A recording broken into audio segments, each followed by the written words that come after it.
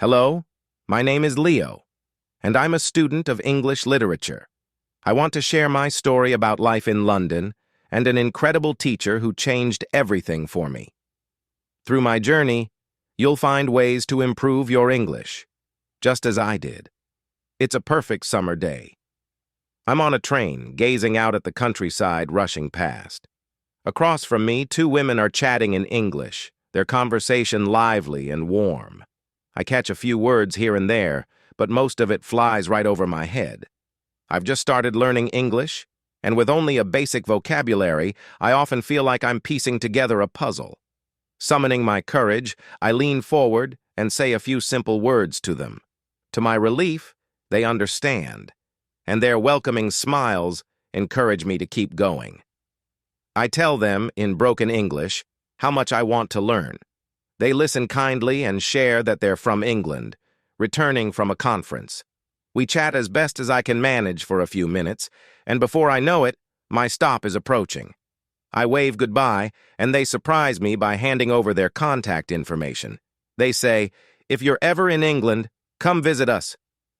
That moment sparks something inside me. As soon as I'm off the train, I make a promise to myself. I'll improve my English no matter what. From that day on, I dedicate time every day to practice. I translate sentences, watch movies, and even sing along to English songs. Slowly, I can feel the progress. After 6 months, my English has come a long way. Yet I know I have so much more to learn. Finally, I take the plunge and head to London to immerse myself fully. Once I arrive, I enroll in a language school, and on my first day, I meet my teacher, a young woman with a kind smile and a natural warmth. As we introduce ourselves, she begins asking us about our background in English. She explains that we'll be learning in a way that's different from the usual textbook-heavy methods. Instead of memorizing rules and vocabulary lists, she says, we'll focus on using English to connect with each other. You'll live it, not just study it. Her words light up the room, and I feel a sense of excitement. I've always struggled with the rigidity of textbooks, so this approach sounds perfect for me. Our teacher explains why speaking and listening are so powerful in language learning. Language, she tells us, is a tool for connecting with people. To truly learn a language, you have to use it, to share your thoughts and express yourself. It makes sense to me in a way it never did before. Learning English becomes less about hitting the books and more about connecting with others. As the lessons continue, she introduces us to her unique approach for building vocabulary and understanding grammar naturally through daily practice and engaging conversation. We spend time talking about our hobbies, interests, and lives, and I find myself enjoying every moment. For the first time, learning English feels like an adventure, and I'm thrilled to be a part of it. I know I still have a long way to go, but with this newfound passion and an inspiring teacher by my side, I feel ready for whatever comes next. Chapter 2. My Journey with Vocabulary and Fluency. On Tuesday, I returned to school feeling even more eager to learn. One of my classmates, a curious young woman named Sarah, raises a question that catches everyone's attention. She asks, "What's the best way to remember new words?" Our teacher smiles and says there are many ways, but the one backed by research is reading. She explains, people who read regularly pick up vocabulary twice as fast as those who don't. Try to read for at least 30 minutes a day. That simple advice inspires me, and I decide to make reading part of my daily routine. But our teacher offers us more than just encouragement. She gives us a roadmap. To get the most out of reading, make sure you choose books or articles that interest you, she says. It could be a novel, a biography, or even articles about your hobbies. Reading something you enjoy makes the process smoother, especially when you're just starting out. I realize how important it is to pick material that captures my curiosity, so I start looking for stories that intrigue me. Whenever I come across a word I don't understand, I quickly look it up. You don't need to write it down, our teacher adds. Simply checking the meaning locks it into your mind. This small act of looking up words as I read really works. Gradually, I notice the words becoming familiar, appearing in different contexts, and soon I start using them naturally in conversation. Reading doesn't just help me gather new vocabulary, it also shows me how words fit together, like pieces in a puzzle. I see how phrases flow, how words connect, and how sentences are built. It's like I'm absorbing the rhythm of the language without even realizing it. As the lesson continues, our teacher shifts to a discussion on finding part-time work as a student in England. My ears perk up. I've been thinking about getting a job, too. I ask my classmates, and they suggest going to a job center where there are options specifically for students. After school, I head there, feeling both nervous and excited. At the job center, I speak to a friendly staff member who tells me about 2 roles that might suit me: a cleaner or a server at a cafe.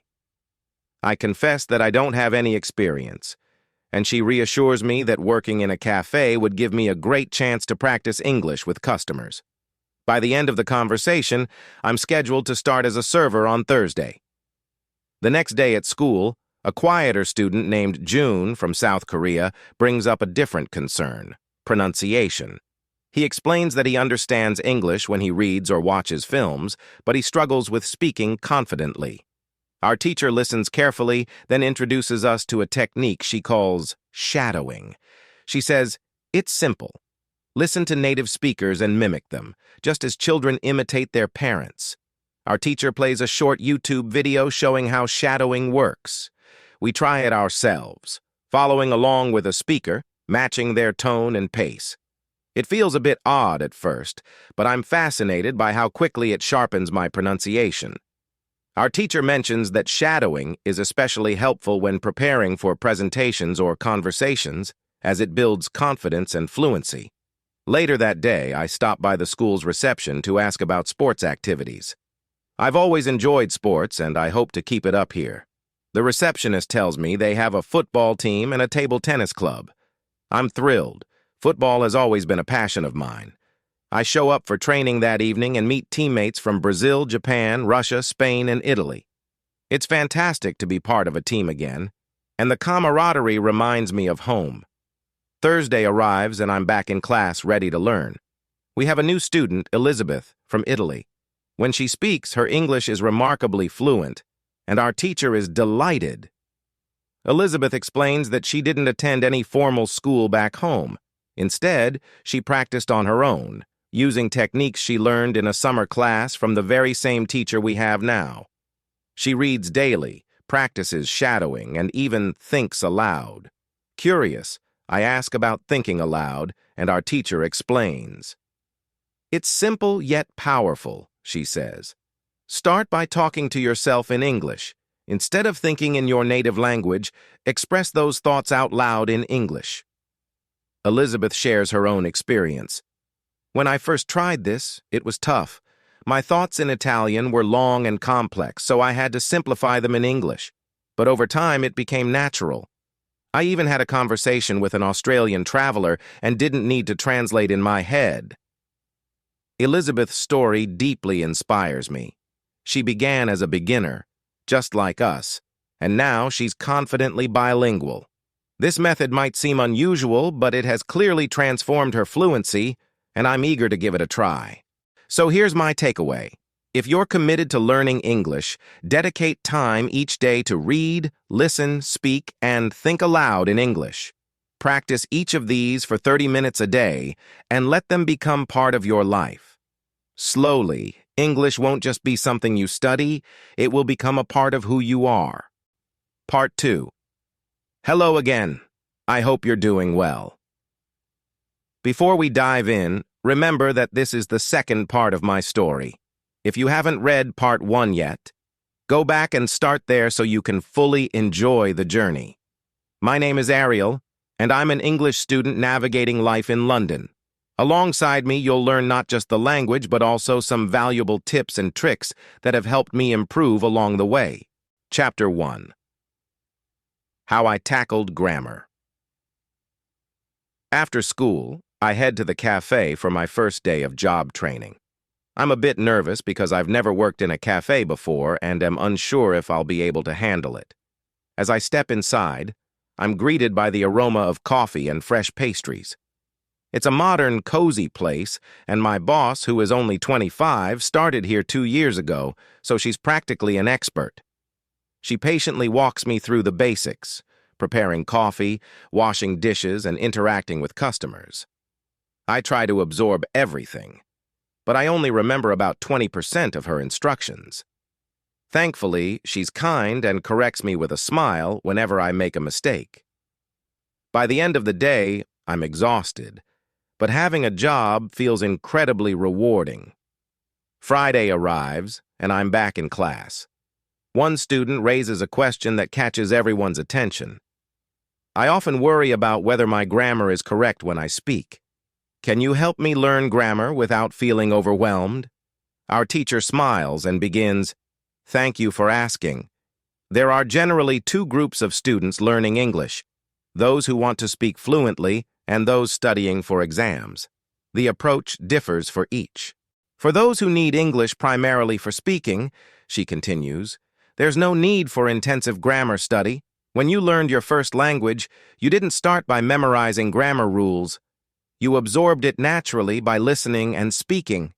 Reading can help you in the same way. Books are written with proper grammar, so as you read, you internalize correct structures without even realizing it. Shadowing also helps, as you'll be repeating phrases with correct grammar intuitively. She adds, if you're interested in a bit more structured learning, try visiting grammarinlevels.com. This site breaks down grammar by skill level, with simple explanations and examples. For those preparing for exams, practice using past exams.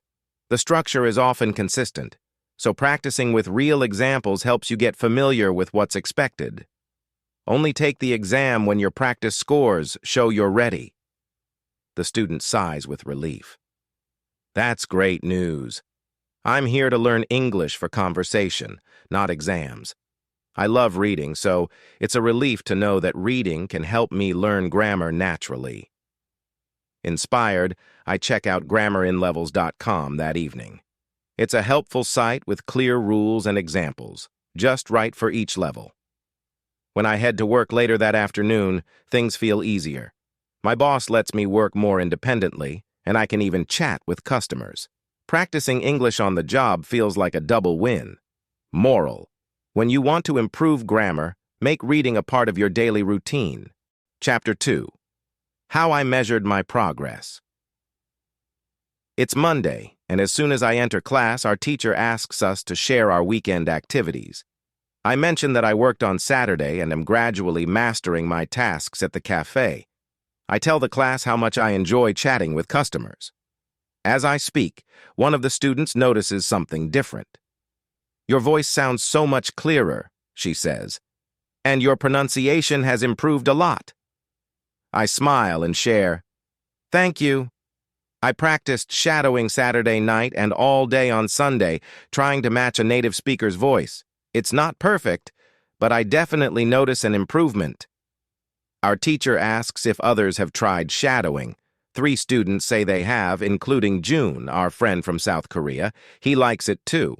Another student admits that her mouth felt sore after just 5 minutes, so she stopped. She also struggled with the speed of the recording. Our teacher reassures her, "That soreness is a sign you're working your mouth muscles like a workout. With regular practice, your pronunciation, intonation, and rhythm will all improve. If the recording is too fast, start by repeating only the first or last word in each sentence, then build up." I chime in, "It felt tough at first, but by Sunday night, it became much easier." Then I have a question for our teacher. I explored grammarinlevels.com, and it's really helpful. But I'm not sure what level I should focus on. How can I know my vocabulary level? Our teacher suggests a vocabulary test on testyourvocab.com. It's quick and straightforward, and you can retake it monthly to track your improvement. Curious, I take the test immediately and find that I know around 2,100 English words. Most classmates score similarly, though Monica and June know around 2,500 words. Our teacher encourages us. Start at level 2 on grammarandlevels.com, then move up as you improve. Moral: measure your progress monthly to keep track of your improvement. Chapter 3. How I Embraced Mistakes. Tuesday brings a new topic. A student asks our teacher, "I want to practice speaking with others, but I worry about making mistakes. How do I avoid looking foolish?" Our teacher responds thoughtfully, "Making mistakes is a natural part of learning. Let me tell you what works for me as I learn Spanish. When I speak Spanish, I don't worry about mistakes. My focus is on communicating my ideas. With reading, speaking, and shadowing, I know my Spanish will improve over time." She continues, "Think of how children learn. They make mistakes without fear, yet they improve naturally through use. Mistakes are simply part of that journey. Right now, most of you know around 2,000 words, and that's enough to communicate effectively. You'll make fewer mistakes as you practice more. Learning a language," she explains, "is like learning an instrument. At first, it's awkward, and mistakes are common, but with practice, they fade. Focus on sharing your ideas, not avoiding mistakes. Even professionals make them, but their goal is to communicate effectively." The student nods, relieved. "Thank you. That makes me feel much better." Moral: don't let fear of mistakes hold you back. Practice through reading and shadowing to build confidence. Advice for success: to enhance your English skills, dedicate 30 minutes each day to reading, listening, speaking, and shadowing. Choose materials that genuinely interest you, and let the language become part of your daily life. Slowly but surely, English will become more natural and enjoyable to use.